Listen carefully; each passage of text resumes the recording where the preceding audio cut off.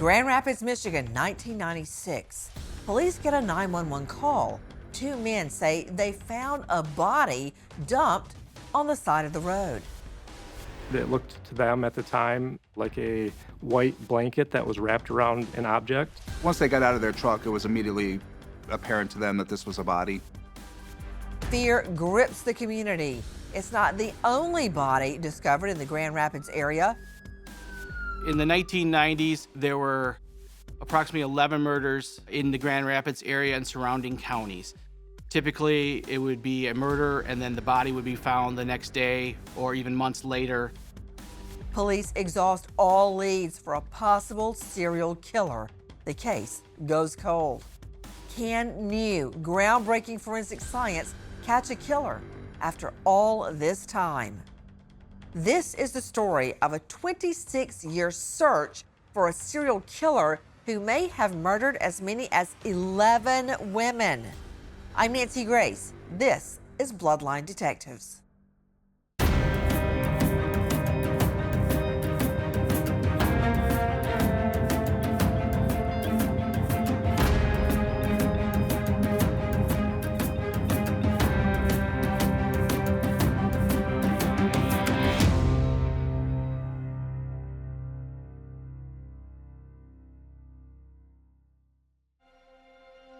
Grand Rapids, Michigan, 1996. A small city only 3 hours northeast of Chicago. It's nicknamed Furniture City because of its booming home industry. In 1996, there were a lot of murders in Kent County at that time and in the city of Grand Rapids. As most metropolitan cities, there are times where crime does peak and there's times where it's not as bad. October 3, 1996. Two men on their way to work spot something unusual on the side of the road. Once they got out of their truck, it was immediately apparent to them that this was a body. And then the other one got into the truck and had to drive to a hotel to make the phone call. We didn't have cell phones back then, and said that they were there waiting for the police. While he was doing that, the other gentleman stayed at the body, but apparently a number of people kept coming over and trying to get to the body and to see it, and he was just trying to keep the area clear. Police arrive and they immediately cordon off the area. When they first got there, they combed the area for potential evidence. There was a lot of stuff that were, if you're on the side of a road where people are dumping cigarettes and beer bottles, there were plenty of those. So they preserved that, not knowing if they were related to the crime scene. Then they took the body and placed it on a gurney. They took that body to the medical examiner's office to do the autopsy. So no one actually saw anything until they got back to the morgue. The body in the blanket is soon identified as Sharon Hammack. She's a local woman who's been known as a sex worker. She was in her late 20s. We learned that she did have 2 children of her own who she put up for adoption because she didn't want them to be part of the lifestyle that she was part of, which included the prostitution and drug use. She also had a family of 2 sisters that we knew about. Whenever these circumstances come up in all of our investigations into homicides, it's hard to talk to the family and tell the family what has happened to their loved one. I had worked a long shift that day, and I remember feeling out of the sorts, like something wasn't right. And my boyfriend at the time called me and he said, "I have to talk to you when you come home." And I'm like, "Just tell me." And he's like, "No, I'm not telling you while you're driving." I came in the door and he said, "Your sister," and I knew who he was talking about because she was heading down the wrong path. He said, "They found your sister and she's dead." And I lost it. I just wanted to go be with my mom. That's all I wanted. I wanted to go be with my mom because I knew it was going to break her heart. But she knew that day was coming. When they knocked on the door, they told my parents that they had found a woman dropped on 76th and Patterson. And my mom goes, "Are you sure it's her?" And they said, "We're pretty positive it's her." And my mom lost it. Sharon Hammack's death is not the only murder investigation going on in Grand Rapids.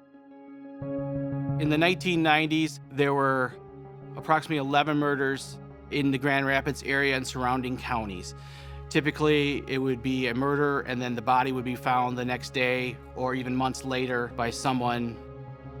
I think people were pretty convinced that there was a serial killer on the loose in Grand Rapids. And it was weird because you had this series of rapes and murders that happened in that time period, and then they stopped. I think they were convinced that the serial killer took his show on the road and left. Police talked to Sharon Hammack's family to get a clearer picture of her final hours. Investigators in 1996 would have started looking at acquaintances of Sharon Hammack to try to get an idea of the last 24 hours of her life and also a pattern of life for her and who she was associating with, what she was involved with, and who may have some information on what had happened to her. She was so beautiful. So beautiful.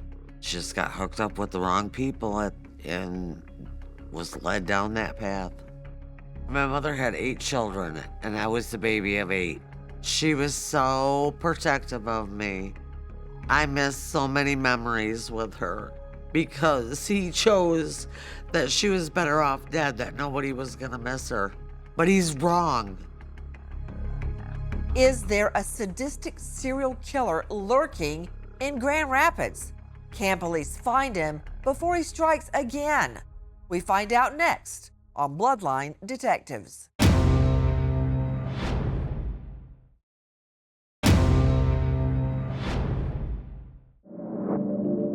Grand Rapids, Michigan, 1996. Police get a call from 2 men who find a body wrapped in a blanket on the side of the road.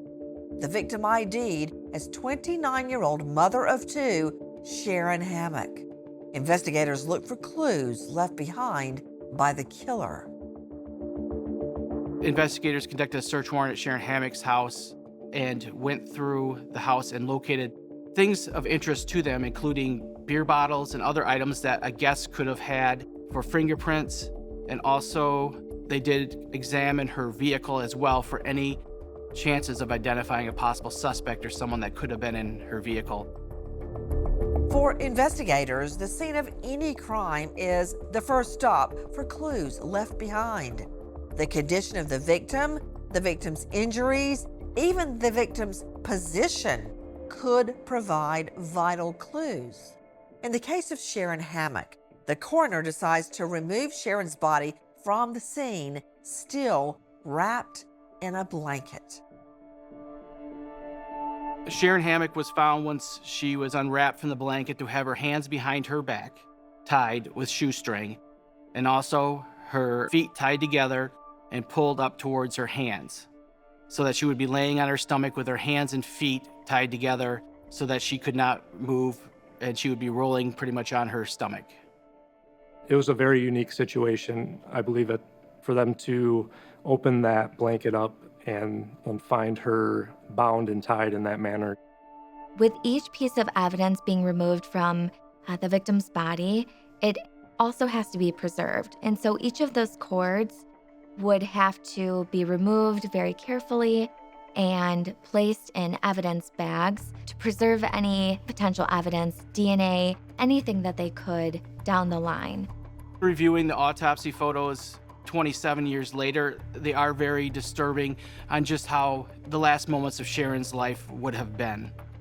An autopsy is critical to the investigation because it's a way for us to look for additional evidence that might be on the body, to understand what the cause of death may be, also to take measurements of potential weapons that were used. In this case, it was a knife. There was confirmed stabbed wounds on her head. There was also definitely indication that she had been strangled with bruises around her neck. Sharon had bruising all over her body, which would indicate that there was a struggle with her. And one thing that I could note that I noticed from photographs is that her fingers, while she was bound behind her back, her fingers were clenched and her fingers were through the strings of the bindings that were holding her hands behind her back. So you could tell that Sharon was fighting until her last breath. She was strangled with such force she had the pearl necklace wrapped on her neck. It wasn't used to strangle her. It was The force of the hands around the neck squeezing created an indentation of the pearl necklace on her neck. DNA was very new at the time. It was a new form of investigation, a new science. Although they knew that that was a possibility, at that time, evidence was taken and kept and looked into. A tragic blow in this case comes during the examination. During the autopsy, we found out that she was pregnant when she was murdered. Now that the autopsy is complete, Sharon Hammack's family can finally bury their loved one. I remember having a closed casket because that's what my mom wanted. It was horrible, horrible. I just wanted answers. I just wanted to know who took her from me. Law enforcement determined to provide answers to Sharon Hammack's grieving family, but it's 1996. DNA science is still in its infancy, so police must rely on old school methods to search for her killer. There's 4 basic blood types that people have. Type O, 45% of the population has. So if you have a type that almost 50% of the population has, it doesn't really give you much information. The other 3, some of them are under 10%, but again, there's only 4 types, so it doesn't discriminate between people very well.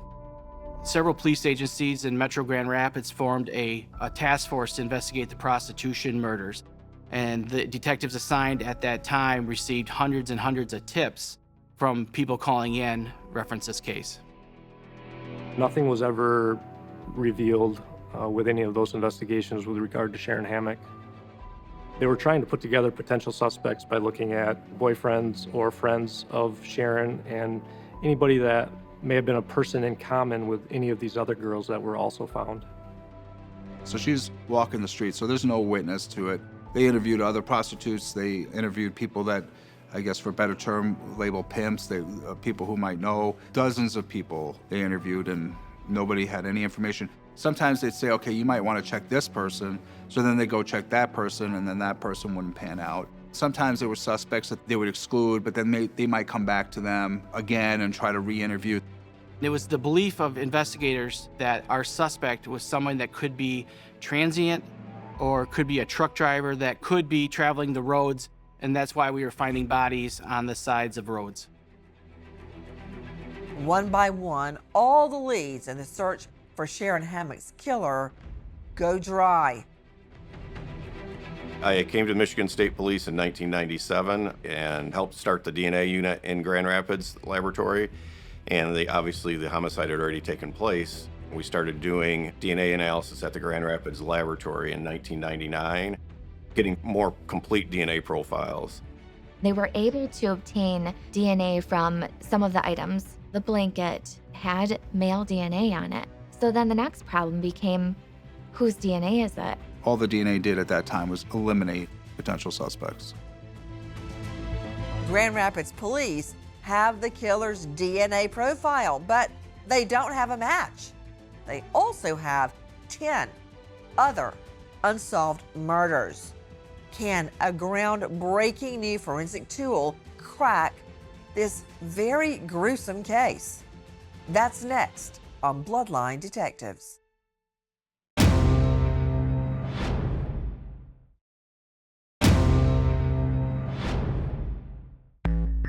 Grand Rapids, Michigan, 2008. Detectives have a DNA sample from the 1996 murder of 29-year-old Sharon Hammack, a mother of 2, her body found wrapped in a blanket on the side of the road. Investigators fear they've got a serial killer on their hands because Sharon's death is one of 11 similar unsolved murders, all in the same area.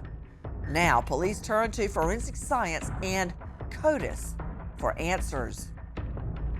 CODIS is the combined DNA indexing system, and that's set up to track offenders convicted of crimes to potentially identify them if they've been involved in any other unsolved crimes.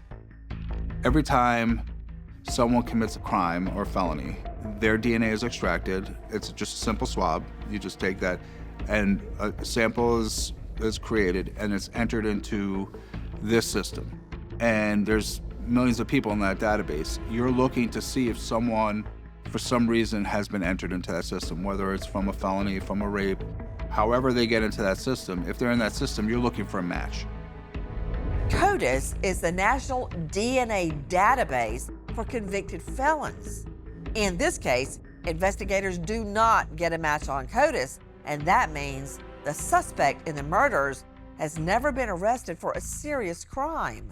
The DNA sample, however, leads Michigan investigators to a similar crime in another state. In 2008, we had a CODIS association, what we refer to as a forensic hit, which is a case-to-case hit with a case out of Maryland, and exchanging information, we found it was a 2006 homicide that occurred in Maryland.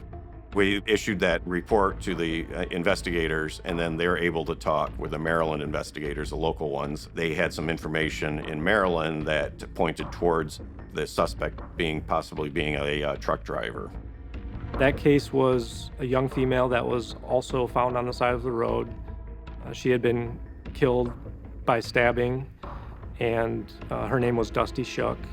She was found on the side of the highway in Maryland, and she also had DNA evidence from potentially the suspect on her, and that DNA evidence on her matched a DNA profile that was obtained from Sharon Hammack. We had DNA, but we have no one to match it up to because he was never in the system, so basically we're up in the air. And he would either have to get caught or we would never find him. So far, this serial killer stays just out of reach for the Kent County sheriffs. That is, until they hear the infamous Golden State Killer has been caught using a brand new forensic science, investigative genetic genealogy.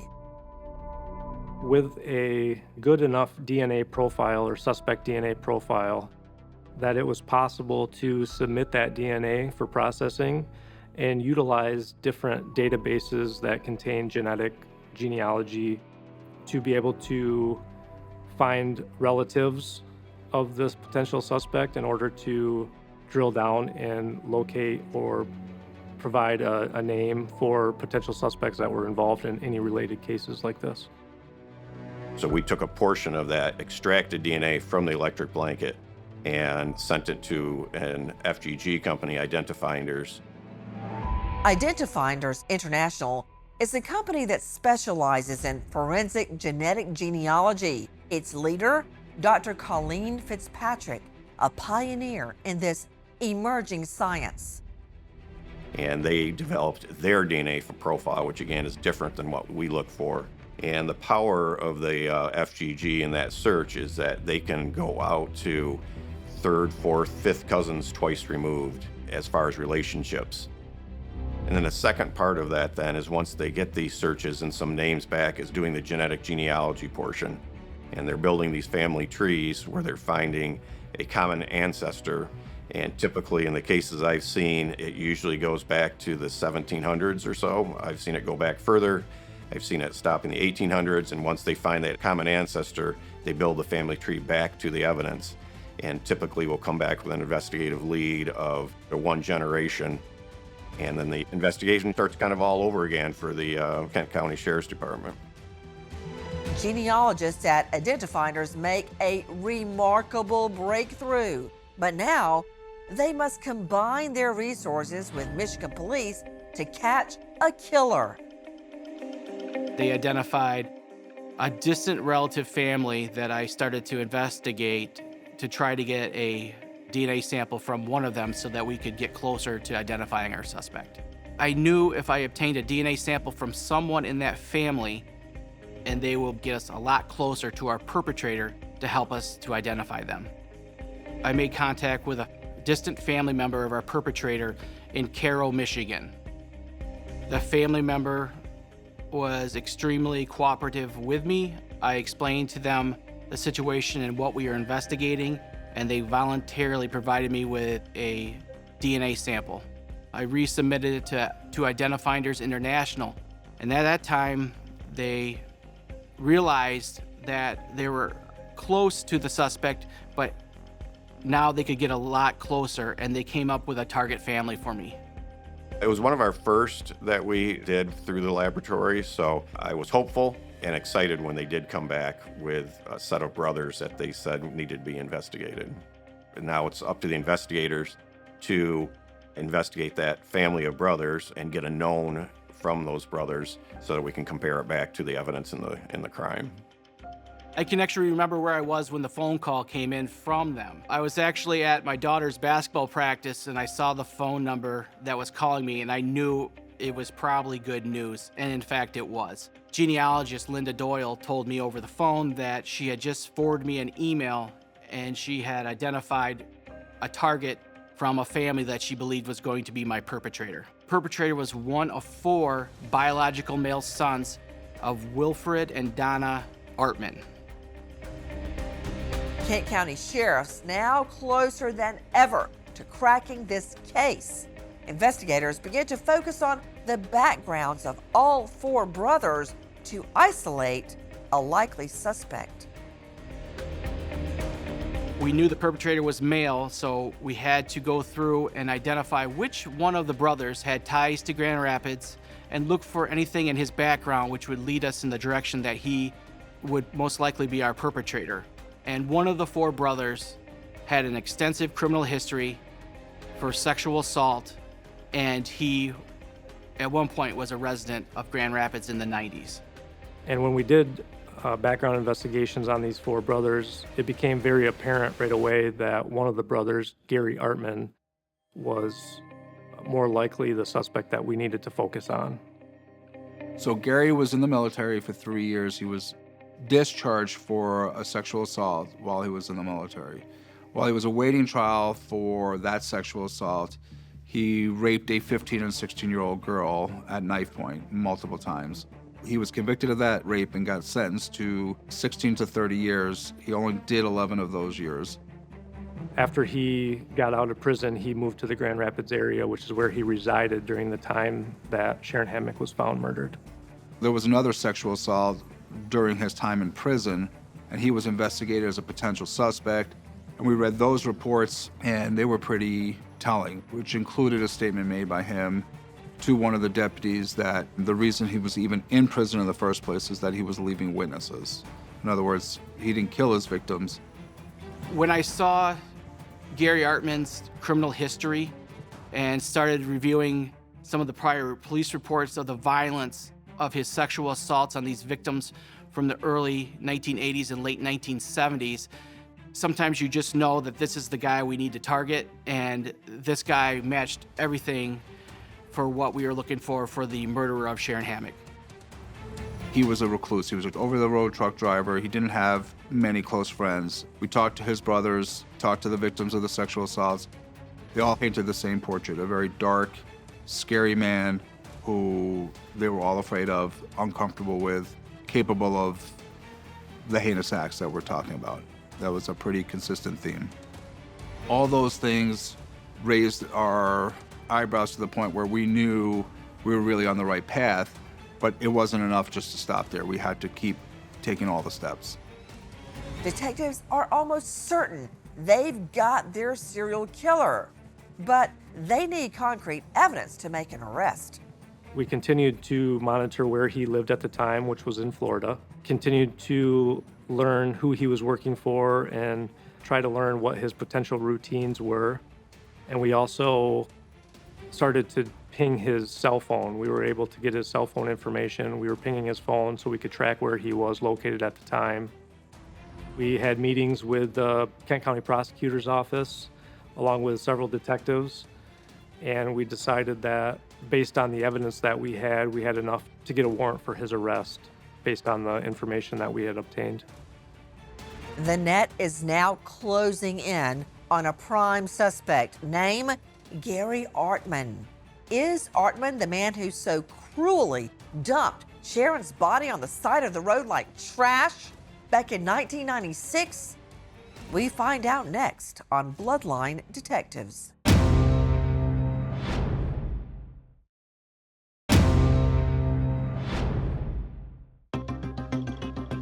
Grand Rapids, Michigan, 2022. Police investigating the 1996 murder of a 29-year-old mother, Sharon Hammack. Her body found dumped on the side of the road.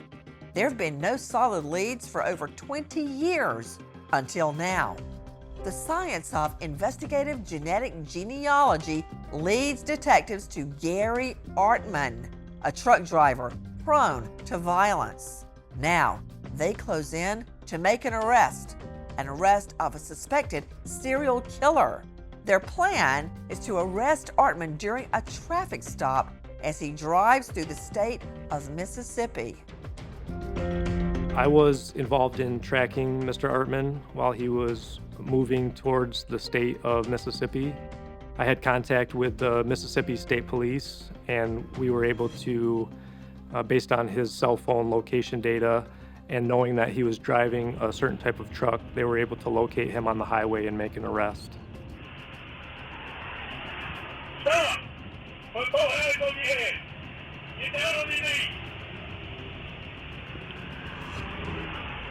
Cross your legs. Cross your feet. On September 22nd, 2022, we conducted a traffic stop on the highway in Mississippi. From that traffic stop, Mr. Artman was located as the driver of that semi-truck, and he was taken into custody at that time. He was somewhat cooperative with investigators at that time and officers on the scene, and it was just surreal for me at that time because there was always such a huge concern that we didn't know if he would have the tendency to go out and continue doing violent things to people. So once he was in custody, that was a relief to all of us investigators at the Kent County Sheriff's Office. Now we had to continue doing our job so that he wouldn't be able to hurt anyone else. He's arrested and taken to the jail in Mississippi. At the jail, he has read his rights and he waives his rights, and he does an interview for about 3 hours with the Sheriff's Department. With any interview like this, our goal obviously is to hopefully get a confession. Because it had been so long since the homicide took place, we wanted to not only get a confession, but first of all, confirm a lot of the things that we had found in his background. My intention was to start out in the past and hopefully have him talk to me about what his timeline in life was, especially after he got out of prison. And he was very open to talking about that. He denied killing women, openly admitted that he used prostitutes in Grand Rapids frequently. He acknowledged that he thought women in general, but particularly prostitutes, were beneath him. They were just objects. He actually used the word, they're pieces of meat. You know, how did you look at these women that led you to do these things? You want the truth? Yeah. Piece of meat. Okay. Business is a piece of meat. Here's money. Turn me off. That's it. The demeanor that I reviewed from watching his interview and also from the traffic stop was he didn't seem surprised that he was arrested for a murder. He was very calm, would answer questions. To me, thinking if you were being accused of a murder, you would think that you would be putting up a defense to the investigator saying, I didn't do this, but Gary Artman didn't really ever say that and just acted like he didn't know what we were talking about. 1996, Sharon Hammack, your DNA on her. Well, that ain't me. I did not do something like that. I know that. I might have had her, but I did not do that. He denied being part of what happened to Sharon this whole time. I brought it up several times. I told him that we knew that he had murdered Sharon based on the evidence that we had. And he never really reacted to that. We had previously gotten some information from one of his recent coworkers, a female. She had said that when he left his employer, he said, it's a good thing that I'm leaving or something bad might have happened. I brought that up to Gary Artman, and he immediately reacted. He became incredibly angry. He was swearing at me. I was very surprised by it because up to this point, he hadn't had much of a reaction. And I said, Gary, "Why are you so angry at me for saying that?" He said, "Well, because it's a lie." And I said, "Gary, I've called you a murderer to your face this whole time and you never once reacted." And he said, "Well, that's because I can't defend that." It was the first time that he had had a significant reaction, and it was the first time that I saw his short temper. During the interview, detectives roll the dice on a very crucial piece of evidence. They take a DNA swab from Gary Artman. Why? To confirm, without a doubt, it's his DNA on that blanket in which Sharon Hammack was found wrapped back in 1996. During that interview, we did take a moment to take a DNA sample from him, and we immediately had that shipped back to Michigan for comparison with the MSP labs. They flew the buccal swab to us, and that's kind of a pretty straightforward test. And I think we turned that around in 6 hours with a report out in like a total of 8 hours. The buccal swab is a match. After all this time, police can finally inform Sharon Hammack's family, the man who caused so much pain for 25 years plus has been caught. We thought that they just gave up. And after my mom died, we never heard anything from anybody. And then one day a detective knocked at my sister Terry's door and said, "We can't wait to tell you this. We've solved your sister's murder." I looked up at my mother and I said, "We finally got justice, Mama. We're gonna get justice for her. And I'm sorry you're not here, but you're gonna be up there celebrating with her." The DNA match is fantastic evidence, but investigators plan to leave no stone unturned. Before taking Gary Artman to trial, the Kent County sheriffs and the district attorneys get a search warrant for Artman's properties. We see what explosive evidence they find there next on Bloodline Detectives.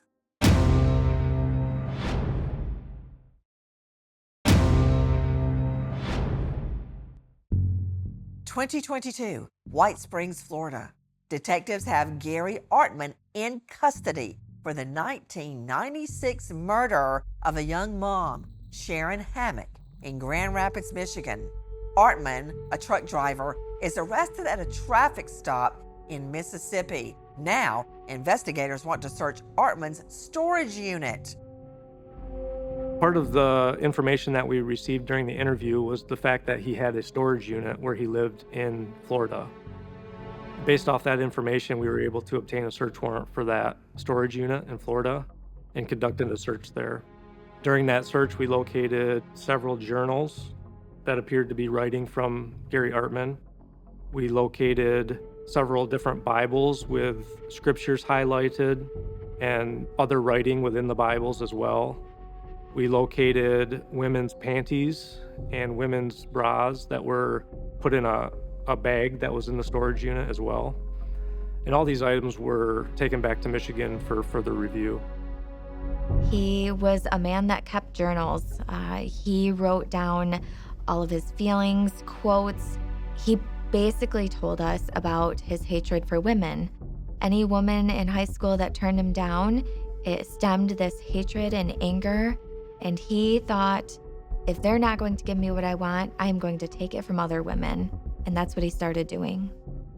He had many writings about women, specifically prostitutes. A lot of his writings, he referred to these prostitutes as slaves.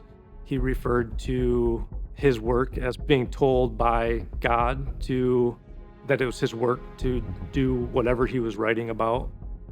He talked about murdering women out of morality. It was like his right to do. He mentioned raping 152 girls and showed no remorse for that. Given his meticulous notes and the things that he collected and kept, I believed that there are at least 152 women that he raped. Equipped with strong evidence, Kent County District Attorneys now ready to face Gary Artman in court.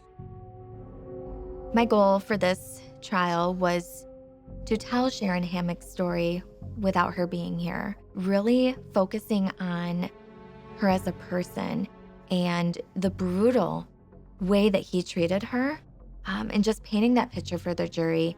They were filled with heartbreak and compassion for Sharon.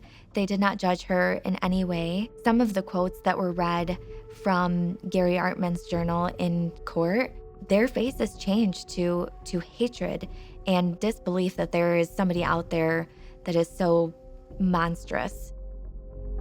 He showed zero signs of remorse. He did engage, and not in a good way. He would act up, say some funky things during the course of trial, like he commented on his knots and how good they were. When we put the part about him saying women are just a piece of meat, he openly acknowledged they are in the courtroom. The sense we got was the jury was disgusted by him. I think they were. It wasn't just that he killed and raped her. I think the volume of rapes, I mean, he admitted to 150 rapes in his letters. He explained some of his rationale in some of his journals, and I think they were disgusted by him. I think it's hard not to be. It doesn't take the jury long to decide the rest of Gary Artman's future. Sometimes this can take a while. Some murder cases, it could take, 2 days. The prosecutors and the detectives, we decided that we were just gonna walk down the street to grab something to eat. But while we were ordering our food, we got a call from the court saying the jury had already reached a verdict. The only time I think I get a little bit nervous is when the jury's coming back in after they have a verdict. And there's that unknown moment where you don't know what they're gonna say or do. But it was a 30-minute verdict, so we felt pretty comfortable. When you have a 30-minute verdict, it's usually favorable to the prosecution. The jury finds Gary Artman guilty on 3 counts: open murder, felony murder, and first-degree criminal sex conduct. And he is sentenced to life behind bars.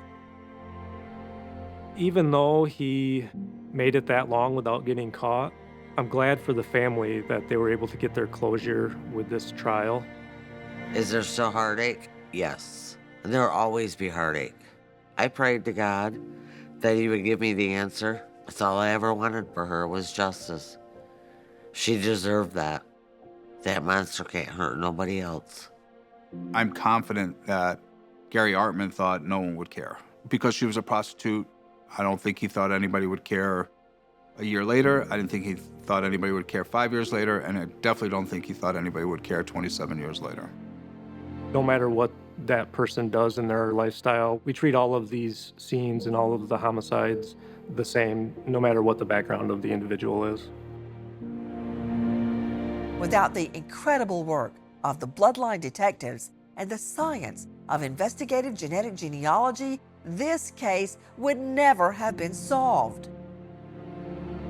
Boy, we've come a long way since 1996. Between cell phones, technology, DNA, familial DNA, and there's just so much more we can do in solving crimes and giving people their justice today.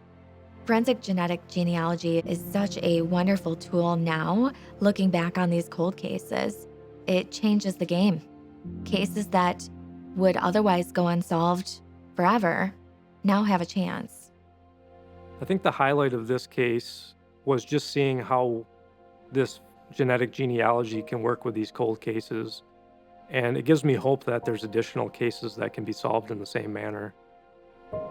Now, Sharon's family can finally close this awful chapter of their lives. I loved the way we hugged each other and we always told each other we loved each other. In my last conversation with her, it wasn't very nice. And we didn't end the conversation with I love you. And I know she knows I loved her, and just as much as I know that she loved me. She's a beautiful person that went down the wrong path, and I wish she wouldn't have, because she was beautiful. Her smile, her soul, everything. She was a beautiful person, and she did not deserve to have her life ended at such a young age. At the time, we had over a dozen similar incidents in the Grand Rapids area during the late 1990s, and If I was able to interview him again, the most important thing I would want to know is what other homicides out there was he a part of? The incredible work of the Bloodline Detectives goes well beyond the tragic murder of Sharon Hammack. Between 1993 and 1996, 17 women, many of whom were sex workers, disappeared in the Grand Rapids area. Some of them were never even found. 11 of them, including Sharon Hammack, were murdered. On his deathbed, 2024, Gary Artman confessed to 10 of those murders, plus the murder of a Florida woman back in 2012. I'm Nancy Grace, and I want to thank you for joining us here on Bloodline Detectives.